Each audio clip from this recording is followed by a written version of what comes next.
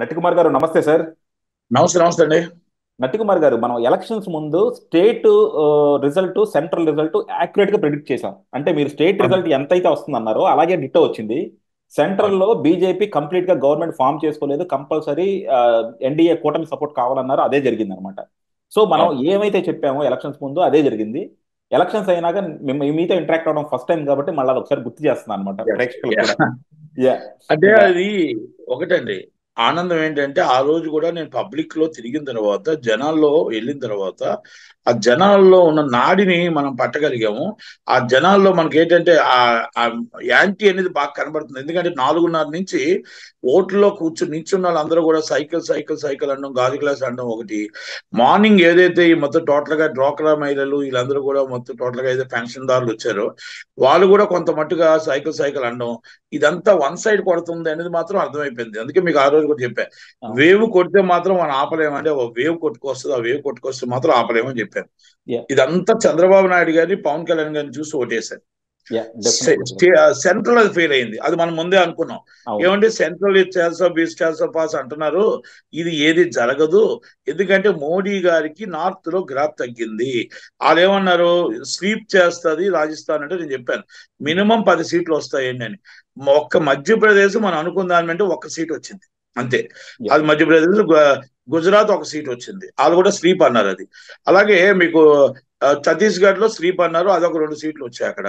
మీకు ఈ ఉత్తరప్రదేశ్ స్లీప్ చేసేస్తున్నారు, 75 సీట్లు అన్నారు వాళ్ళు. దాదాపు 40 సీట్లు తేడా వచ్చేసింది అక్కడ, 42 సీట్లు తేడా వచ్చింది అక్కడ. అవును. మీకు మహారాష్ట్రలో మొత్తం స్లీప్ చేసేస్తుంది అనే దాన్ని మీకు 17 సీట్లకు పడిపోయింది, 17-18 సీట్లకు పడిపోయింది ఎక్కువ. మీకు ఒక ఇలా కాపాడిందల్లా సౌత్. అవును. సౌత్ కాపాడింది, ప్లస్ ఒరిస్సా కాపాడింది. బెంగాల్లో ఏదో చెప్పారు, బెంగాల్లో మొత్తం అప్పుడు కూడా చెప్పాను ఏమంటే గతంలో 18 సీట్లు వచ్చాయి, ఇప్పుడు ఇంకా తగ్గుతాయి అని. సేమ్ అయ్యే తగ్గి మీకు ఆ 30 సీట్లు వాళ్ళు గెలిచారు. ఎవరు, మన టిఎంసి టీఎంసీ. మమతా బెనర్జీ గారు గెలిచారు. కూటమి కింద లెక్క అది, ఇండియా కూటమి కింద లెక్క. అలాగే తమిళనాడులో స్వీప్ చేస్తాం అనుకున్నా, తమిళనాడులో ఒక్క సీట్ కూడా రాదు అని చెప్పాం. ఎందుకంటే వాళ్ళు నిలబెట్టుకున్నారు డిఎంకే. ఇక్కడ ఇంకొక ఇంట్రెస్టెడ్ విషయం ఏంటంటే యూడిఎఫ్ ఎల్డిఎఫ్ రెండు నించున్నాయి. యూడిఎఫ్ ఎల్డిఎఫ్ నుంచి ఎల్డిఎఫ్ మొత్తం తుడుచుకొట్టుకుపోయింది. అక్కడ మాత్రం బీజేపీ బోని చేసిందంటే నేను ఒప్పుకోను, కానీ అక్కడ సురేష్ గోపి గారు పేస్ వాల్యూ మీద ఓటు పడింది, అది బోని చేశారంటే మాత్రం ఒప్పుకుంటా. అక్కడ కూడా మొత్తం టోటల్ గా రాహుల్ గాంధీ గారు అవా నడుస్తూ మొత్తం స్లీప్ చేశారు, అక్కడ స్లీప్ చేసేసారు, 18 సీట్లు వచ్చాయి అక్కడ. అలా ఇక్కడ కర్ణాటకలో వాళ్ళు ఏమన్నారు, మొత్తం 27 సీట్లు వస్తాయి, లాస్ట్ టైం 27 వచ్చాయి, మళ్ళా 27 వస్తాయన్నారు. ఈసారి వాళ్ళకి 17 సీట్లు వచ్చాయి అక్కడ, 18.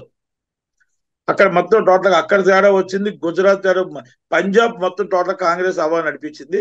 వాళ్ళకి ఢిల్లీలో స్వీప్ చేశారు. అంటే ఒకటి ఇక్కడ మనం చూడాల్సింది ఏంటంటే కూటమి, ఇండియా కూటమికి ఆమ్ ఆద్మీ పార్టీ దెబ్బ కొట్టింది.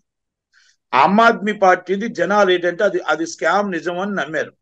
ఆ నమ్మడం వల్ల ఆమ్ ఆద్మీ పార్టీ ఎక్కడుందో అక్కడ తుడుచుకుంటూ పోయిందని మాత్రం మనం చెప్పగలం. ఎందుకంటే కాంగ్రెస్ కి బ్యాడ్ లేదు, ఆమ్ ఆద్మీ పార్టీకి బ్యాడ్ ఉంది. ఇక్కడ తెలంగాణలో మనం 8కి 8 అనుకున్నాం, 10 అనుకున్నాము, కానీ 8కి 8 కూడా కరెక్ట్ గా వచ్చారు. బీఆర్ఎస్ కి ఏమి రావు అనుకున్నాం. ఆంధ్రాలో మనం ఈ రెండు ఎటు వచ్చినా 25 కూటమి, ఆల్రెడీ ఎన్డీఏ కూటమి అని అనుకుందేది మనం మనం అవును. అనుకుందే. అయితే ఇక్కడ మన బెంగాల్ అవ్వచ్చు, మహారాష్ట్ర, సిక్కిం, ఈశాన్య రాష్ట్రాలు అనుకున్నాం. ఈశాన్య రాష్ట్రాలు కూడా బీజేపీకి పెద్ద ఒరిగింది ఏమీ లేదు. కనుక నార్త్ స్టేట్స్ అన్ని కూడా దెబ్బతినడం వల్ల 240 సీట్లకు పడిపోయాయి.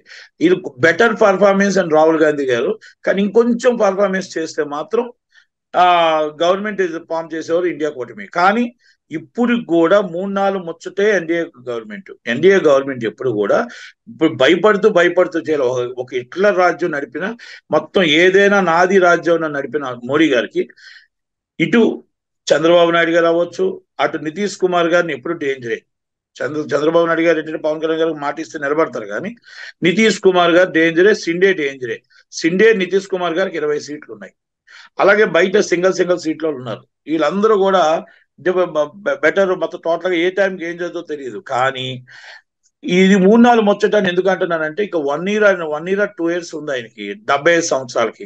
వాళ్ళు ఒక సిస్టమ్ పెట్టుకున్నారు. ఆ సిస్టమ్ మారుస్తారా లేకపోతే మోడీ గారు రిజైన్ చేసి మళ్ళీ ఇంకొకరు వస్తారా అనేది ఐడియా లేదు. కానీ బీజేపీకి ఒక సిస్టమ్ ఉంది, అది అందరికీ కూడా వర్తించింది. వెంకయ్య నాయుడు గారికి కానీ ఎల్కే అద్వానీ గారికి కానీ.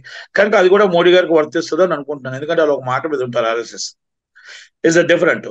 అయితే ఇక్కడ మనం ఏది చెప్పుకున్నా ఏది అనుకున్నా మోడీ గారు పాలనలో గవర్నమెంట్ నడుస్తుందే గాని ప్రధాన ప్రతిపక్షం మాత్రం చాలా గట్టిగా ఇచ్చారు ప్రజలు. అంటే మీకు ఒక భయం ఉండాలి, ప్రధాన ప్రతిపక్షానికి ప్రశ్నించే హక్కు ఉండాలి అనేది ప్రజలు చాలా బాగా ఇచ్చారు. కనుక ఏది చేసి వన్ సైడ్ చేద్దాం, వన్ మ్యాన్ షో చేద్దాం అంటే కూడా మోడీ గారికి కానీ మన ఎన్డీఏ కూటమికి అవ్వదు. ఏదైనా సమాధానం చెప్పాల్సిందే. రాజ్యసభలో మెజార్టీ ఉండొచ్చు కానీ ఇక్కడ మాత్రం మెజార్టీ డౌన్ ఉంది. కనుక భయంతో మనం ఒక సిస్టమేటిక్ గా చేయాల్సి వస్తుంది. అంటే భయభక్తులతో చేయాల్సి వస్తుంది, తప్పదు. ఎందుకంటే మనం వన్ మ్యాన్ షో చేయడానికి ఉండదు. కానీ అది మోడీ గారికి ఎంత మటుకు సరిపోతుంది సార్? ఎందుకంటే గత 10 సంవత్సరాలుగా మీరు సరిపోదు ఇందాక సరిపోదు అన్నట్లు ఎందుకంటే నిరంకుశత్వంగా ఆయన 2 అందరినీ సార్లు అనే కూడా ఆయన చేతుల్లో పాలన ఉంది, చేయగలిగాడు. ఈసారి ఏంటంటే వీళ్ళందరికీ వివరించి చెయ్యాలి. ఏదైనా వన్ మ్యాన్ షో తీసుకోవడానికి ఉండదు కాబట్టి కొంచెం ఆయనకి సరిపోదని నేను అనుకుంటున్నాను. Is very great man. మనం మోడీ గారిని మనం ఏం తప్పు పట్టట్లేదు. కానీ ఇప్పుడు ఒక్కొక్కరి నేను ఒక్కొక్కలాగా ఉంటాయి. 15 పార్టీలు కలిపి పెట్టారు కదా, ఒక్కొక్క అభిప్రాయం ఒక్కొక్కలాగా ఉంటుంది. అది అండ్ ఇంకోటి ఎలా చూస్తారు సార్? ఇప్పుడు మొన్నటిదాకా అంటే మోడీ నిరంకుశత్వ పాలన చేయటం వల్ల రాహుల్ గాంధీకి అది ఎంతో కొంత బెనిఫిట్ అయింది. కానీ ఈ 5 సంవత్సరాల్లో మోడీ గారు అంతకుముందు పాలించినట్టు నిరంకుశత్వంగా వెళ్ళలేరు, కొంచెం డెమోక్రటిక్ గానే వెళ్ళాలి. సో ఈ డెమోక్రటిక్ గా వెళ్ళటం వల్ల అది రేపొద్దున మళ్ళీ కాంగ్రెస్ కి దెబ్బ తగిలే ప్రమాదం ఉంది కదా. ఎందుకంటే ఉండదు. ఎందుకంటే Congress party is already develop అవుతుందండి. కాంగ్రెస్ పార్టీలో రాహుల్ గాంధీ గారి చరిస్మా పనిచేస్తుంది, ప్రియాంక గాంధీ గారి చరిస్మా పనిచేస్తుంది. రేపు అధికారంలోకి రాబోయేది వచ్చేది కాంగ్రెస్ పార్టీయే.